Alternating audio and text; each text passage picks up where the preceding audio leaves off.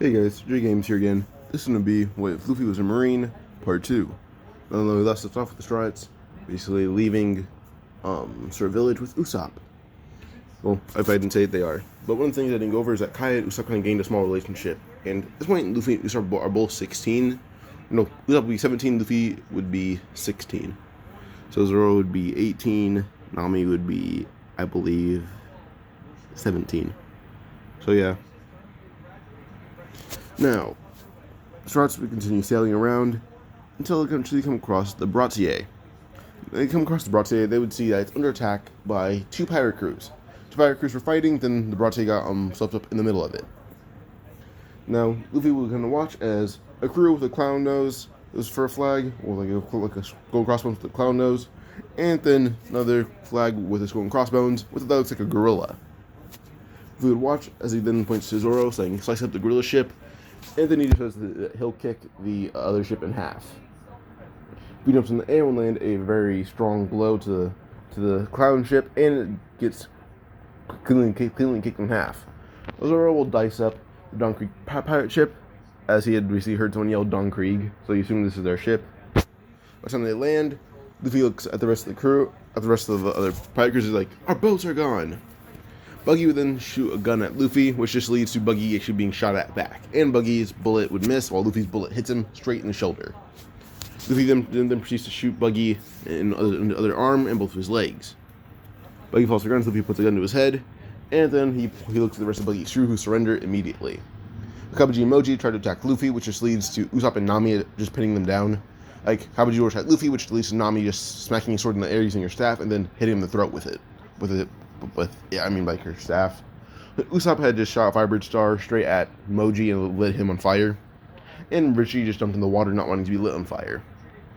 So yeah, now Don Krieg's crew is being taken down by Zoro and Sanji as they had teamed up a bit. And by the time they're down, Zoro can just stab his sword deep into Krieg's back. And Gin and Pearl did try to attack Zoro, but Sanji was able to kick Gin right in the neck, almost killing him, and then land a pretty strong blow to Pearl's face. Well, they're both knocked out now, and Zeph thanks the Marines as Luffy arrests them all. When he arrests everyone, he puts them all just like tied up and just hanging in the water like half their body is. Buggy's trying not to drown. Everyone else is just floating there. And Zeph would thank Luffy a lot, and eventually Luffy would look at Sanji saying, he's a pretty potent fighter, right, Zoro? He would nod saying, yeah, and an honorable one too. Luffy actually asked Sanji if he would be honored to participate. Well, Luffy says it'd be his honor if he could get Sanji to join the Marines on his fleet. But Sanji wants to say no, until Zeph whispers in the ear saying, "You idiot, you won't find the all blue staying here. You'll find it going with them." Sanji tries to say, but this is my home, this is my family. Zeph will kick him in the head saying, "Yeah, and your dream is outside the east. Go find it." Sanji would nod, saying, "Alright then." Sanji then leaves with Strats, and was more happy because of Nami. And I'm pretty sure Kobe's on the crew currently, too.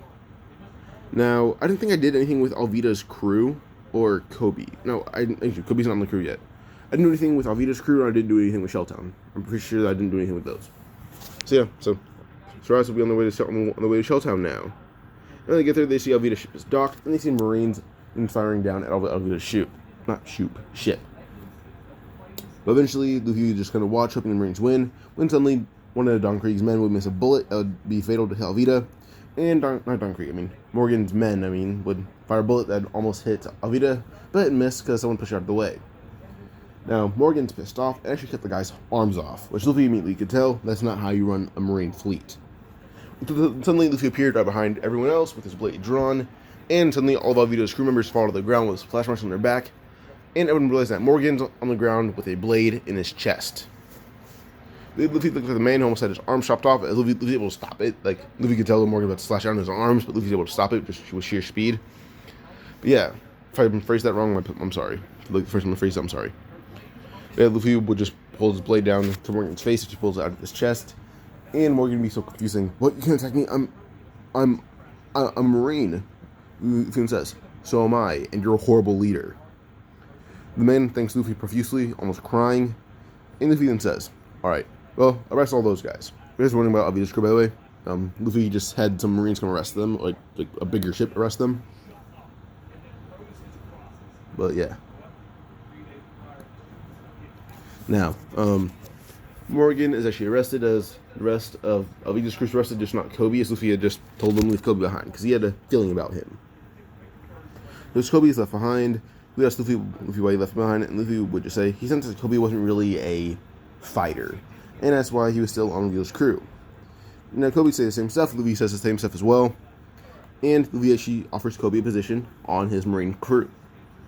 Kobe is crying almost, and agrees. Morgan is arrested, and Garp would suddenly come. Well, actually not Garp, let's say Smoker. So Smoker would come, and Tashigi would be on the boat, and so would Hina, and, yeah, just Hina. So they arrive, and Luffy would kind of just proceed to chill out on the island with them for a bit. Now, as they're leaving, Kobe would travel with them, as Morgan would be transported away, just from another Marine ship coming by. And they get to Logtown. When they get to Logtown, they would realize that Logtown are attacked by the Black Cat pirates, as without Kuro, they're kind of leaderless, so their dumb plan would lead to them fighting, or not fighting, but trying to attack Shelltown. But Luffy would see that innocent man about to be shot by Django. This innocent man was hypnotized. Suddenly, Luffy blocked the bullet, and the sound woke the man up. This man says, "You bastard, I'm gonna kill you!" Django tries to fling his little amulet thing at the man, as the man suddenly puts up a giant barrier, then rushes straight towards Django, and punches him in the face as hard as he can, almost breaking his whole skull open, or cracking it open. You can tell, this man is Bartholomew. But with Bartholomew's help, they took down Black Cat pirates pretty easily. Zoro and Sanji handled the Yabin brothers without any problem at all. And then we have Kobe, who was just cowering in fear. Now Bartholomew would talk to Luffy, saying that Luffy was able to block a bullet, which is insanely cool. And Luffy and Bartholomew would talk for a bit, as they get along really well. Now, after a round, and now we're talking to Bartholomew. Bartholomew will actually be offered a position as a Marine, with Marine Smoker disagreeing, saying, no, he's a damn criminal, he's a thug. Luffy explains that Zoro's a pirate, Zoro's a bounty hunter, which usually Marines hate. Luffy can point out that Zoro's a pretty good person, and he's good in everyone, so Zoro shouldn't be Zoro wasn't judged. Now Kobe was an ex-pirate, quote unquote. It just says that all those crew has flaws, even him. Like they used to all be criminals except for maybe Usopp and Sanji. So half of his crew used to be criminals. Well, most of his crew used to be criminals. Smoker sees the point in this, and then agrees that alright, he'll give Bartholomew and his mafia group a chance. Now we're actually going to fast forward to 1 year. In this 1 year, they've been training. Luffy turned 17. So did, well, like not like a full year, but let's say like 6 months. So Luffy wasn't quite 17 yet. Neither was Nami. Nami wasn't 18.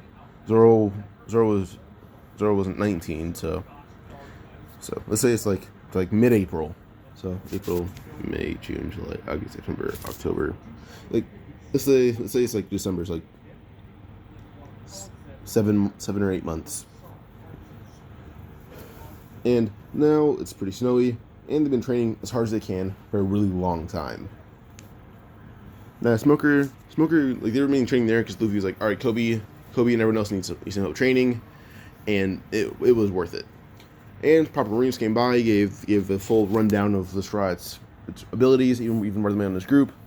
And with that, and as they're leaving the Strats, and Smoker's group came along, Tashigi was left behind as the acting captain, as she'd been promoted.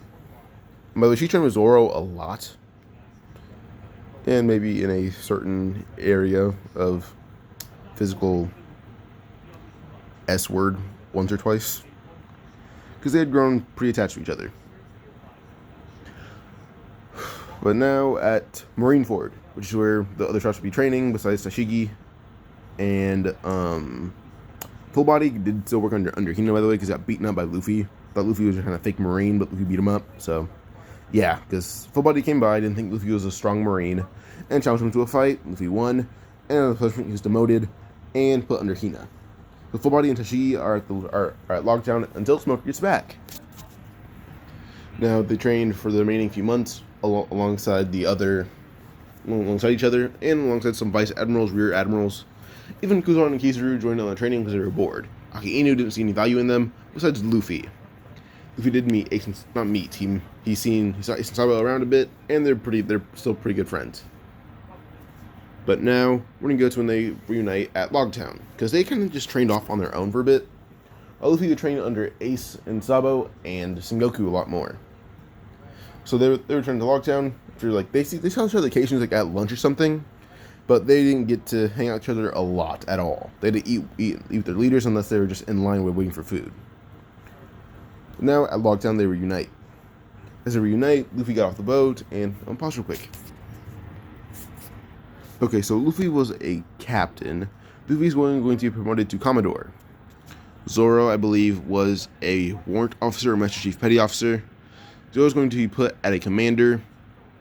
Then Sanji's going to be put at lieutenant commander, which would lead to, I'm going to say, Kobe, who grew in strength really fast. Kobe trained with Garp as hard as he could. And Homo did join the Marines as well. He was in the middle of taking over, with his training, he was in the middle of taking over Morgan's place as a captain. He's in the middle of that right now. Yeah, so Kobe would be a lieutenant commander as well. And then we have Usopp and Nami, who are both lieutenant junior grade. And yeah, I'm pretty sure that's most of the crew. We don't have anyone else. Oh yeah, Bartolomeo. I forgot him. Bartolomeo with his strength actually going to be put at Commodore as well, because Delfruit got insane training from Sengoku especially. So Sengoku and Luffy and Bartolomeo trained under Sengoku personally. And Bartholomeo's limits to his barrier were tested by Sengoku's Buddha fruit, or human fruit Buddha model, or model Buddha. But yeah, so Bartholomeo's barriers are insanely durable. Sengoku can't even break them in one blow, where 2 blows, it takes Sengoku 10 blows to break them. So yeah, now we have Smoker, who had gone promoted to Rear Admiral. Smoker was only promoted to Rear Admiral because of his Devil Fruit. Well, Luffy, he found a Devil Fruit, which he never told anyone. He's keeping it for his own reasons. And, spoiler, it is a Logia, kind of elemental. Then, yeah. Now, Smoker was Rear Admiral. And then we would have Full Body, who is a Lieutenant Junior grade. Then we would have Tashigi, who is a Captain. And then Hina, who had been promoted to a Commodore, as well as Luffy. And yeah, Django was arrested, so he didn't become a Marine at all. Yeah, so at Logtown they reunite to discuss their ranks. Luffy cuts his hair after not cutting it for a long time. Bartholomeo's kind of Luffy's personal barber now. Yeah, they set sail with Bartholomew being second in command of the crew until Zoro gets a rank up. And Zoro's actually kind of okay with this, as long as he can serve Luffy to help him make a free world. Now, they sail around the East Blue, as everything they've handled in canon is already handled. So they sail around a bit, making sure everything's clear. After around 3 days, they decide it's good, and they sail over Reverse Mountain. Now, during this time training, Luffy had also been able to use Voice of All Things to a slight degree by will. So when he came over Reverse Mountain, he's able to talk to Laboon for a bit, and actually, as they're going down, he told Laboon to move. And Laboon, being happy that someone can speak to him properly, he shot back. He just jolted away. As they landed, Luffy and Laboon talked for a bit. It's only languages Luffy can understand would be whale. It could basically be whale, seagull, and sea king. Those are languages that Luffy can understand fluently, while certain kinds of fish are different. All kinds of fish are hard to understand because they have their own fish language, I'd say. But yeah, so Luffy and Laboon talk for a bit, and Crocus would even notice that Luffy is talking to Laboon fluently, which he already tells Voice of All Things, that's what he calls it. And Luffy would nod, saying, "So how do you know about it?" And Crocus reluctantly tells his history about being a member of the Roger Pirates. Immediately, Nami and Usopp try to "Oh, where's the Laugh Tale? What's the One Piece? What's about the One Piece?" Luffy just waved his blade at them, saying, "We're not supposed to hear about it from someone else. We're supposed to find it ourselves." They freeze immediately and sit down, apologizing to Luffy. And Crocus says, "So you're a Marine and don't want to hear about the One Piece." Luffy had said his goal is like other Marines. He doesn't want to just go rise up the ranks. Luffy doesn't care if he's an ensign or a chore boy. All he wants is just to make peace in the world. This makes This makes Crocus laugh, saying, "No, you're just like Roger. Well, just not as Rogery." We chuckled, saying, "I've gotten that once or twice." Crocus says, "From Shanks, I bet." Luffy nodded, and Luffy would wave goodbye to Crocus, as Crocus would just wave goodbye to Luffy after talking about the Rumbar Pirates, who kind of went the same way. But yeah, I'm going to go to Whiskey Peak. Leading to Whiskey Peak, Luffy could recognize a lot of people as bounty hunters. So when they got there, Luffy just looked around, saying, as someone tried to greet him, Luffy immediately yelled, "Arrest them!" They nod as they say, "First arrest Miss Monday," who tries to break out of Bartolomeo's grip. As immediately as he squeezed down, he broke her arm easily. So this led to Miss Monday yelling, "These are not ordinary Marines; they're superhuman." Everyone froze, realizing that they were encountering monstrous Marines. Eventually, after an hour, they're all arrested. Miss Monday had been apprehended. Mr. Nine was also apprehended. And then, yeah, so basically everyone's apprehended. Eventually, Luffy could recognize Vivi as the Princess of Alabasta and Igaram as her retainer. Or her assistant, basically.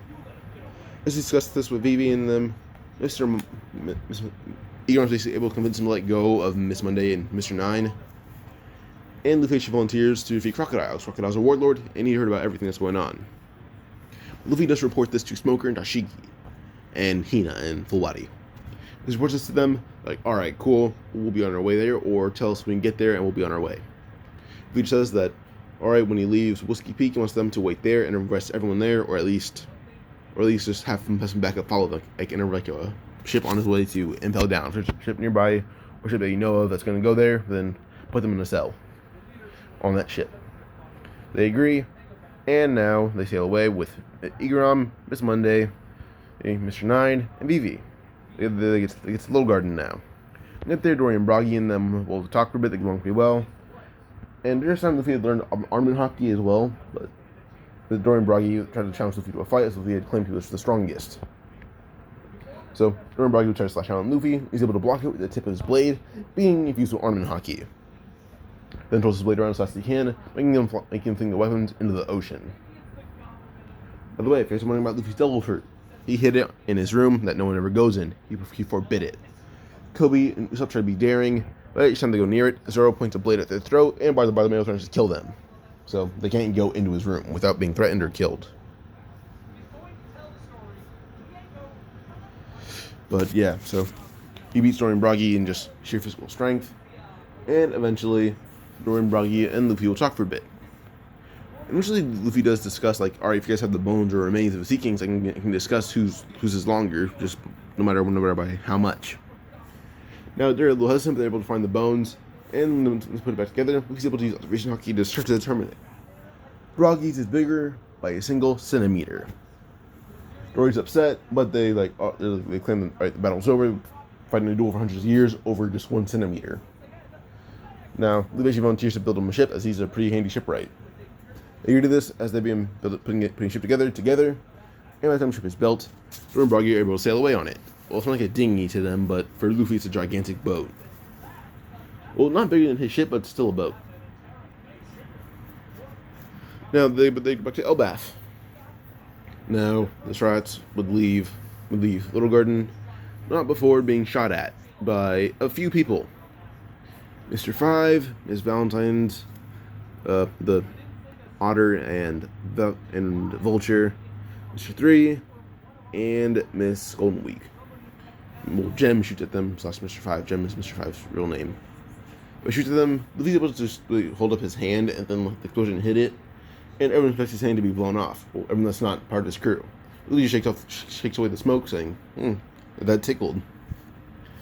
So Luffy then pulls out his pistol, shooting at Gem, as he hits Gem in every single spot he aims for, which is mainly just Gem's knees and one of his shoulders. Now it's now time to try to crush Luffy, as immediately Sanji, he's trained with Sudru and Hina. And some of Sanji's training is literally just standing in a room with naked women, and he had to just have the urge to not uncover his eyes. He had to. As they tried to seduce Sanji, as it was working, as he failed the first 100 times. Eventually Sanji had a Roshi kind of training, and by the time he was done, there's no problem with hitting women who try to hit first. So Sanji would recognize that Miss Valentine's trying to crush Luffy, so he kicks her in the air as hard as he can, which almost broke his leg because of how heavy she was. Luffy just slashes the air as hard as he can and cuts her clean in half, killing her. Which doesn't kill her. It's like just a deep slash in her back. Almost Golden Week was being attacked by the Strats, and Mr. Three Wind with like his wax boxer mode. Pretty sure that's what it's called. But it's cut apart by Zoro, and then right by the motor slams his fist into his face, knocking him out. And the two animals are defeated pretty easily by Kobe. He turns them into dinner. Yeah, so they're defeated and they sail all the way back to Drum Island. Nami did get sick, but it was literally because she got knocked out by one of Golden Week's moves. Like, she hypnotized her and then put her in a wave of an attack which knocked her out. So Tick crawled on her and bit her, and now she's sick. So Drum Island. They meet Dr. Ian and Chopper just through wandering by holding Nami. And Dr. Ian's like, we can heal you for the price of your straw hat. Which Luffy was about to hand over, but Chopper immediately said, no, we can tell that this hat is special to Luffy by a lot. So Luffy offers up all of his clothes in exchange for healing Nami. They agree, but they don't take the straw hat or his marine overcoat. But they heal Nami, and they give her 3 days to full recovery. Now, they're kind of questioning why Luffy wouldn't give up the straw hat or why he was hesitant to, and Luffy gives his whole backstory. And all up, he basically his life story all up until now, but in the short parts. The time he tells it all. Chopper was crying, so was Dr. Rain. But not because of just sadness, it was just Luffy had fought really hard for his goal to be so pure. And Chopper actually said that he likes that goal. It seems fun and heartwarming. And Luffy actually offers Chopper a place on the crew as the ship doctor. Chopper's kind of hesitant, but Dr. Rain then says, Chopper, you said it yourself, this would be a dream you're glad to have. You can go if you want. Her smiled as he hugged Luffy, saying, alright, let's go. Luffy chuckled, saying, let's let Nami heal first. Now we're going to go to Wapol. He made his way down the mountain and towards the Strat Marine ship. Luffy's sitting on the ship, introducing everyone to Chopper as Nami was in her room healing up. But as he walks onto the boat, he says, now who the hell are you guys? You don't look like Marines. You're all kids. By the way, look straight at Wapol, saying, I'll tear your fucking body in half. Who are you calling a kid? Wapol immediately froze, saying, you can't talk to me that way. I'm the king. Luffy looked at Wapol, saying, I'm the captain. Now get the hell off my boat. Wapol tried to bite down Luffy immediately, which led to his bite not really going through anything, as Luffy's armament hockeyed up arm just stopped the bite and broke Wapol's jaw. Well, then Luffy kicked Wapol in the water, making him drown, almost, until one of his guards saved him. But now they threaten to kill Luffy, which just led to Luffy just aiming his gun at them and firing as much as he can, hitting every single shot. Eventually Dalton heard the gunfire and ran over to the docks, seeing the Marines firing down at Wapol, who had not been hit once, thinking he was just lucky. Realized all of his men were hit, and there's not one missed bullet in the snow, the tree, or anything. Wapol realized that Luffy was not aiming for him. So he's kind of just nervous. But now, suddenly, he starts to get up again. Dalton would just slam his head in the ground, saying, stay down. Dalton immediately starts giving statements about Wapol as Luffy writes it all down. And when he's done writing, he asks Dalton who he is. And Dalton claims he's an ex-guard of Wapol. But yeah, I'm going to leave Wapol's arrest right here. Please enjoy this part. Like, subscribe, comment for another part. Bye.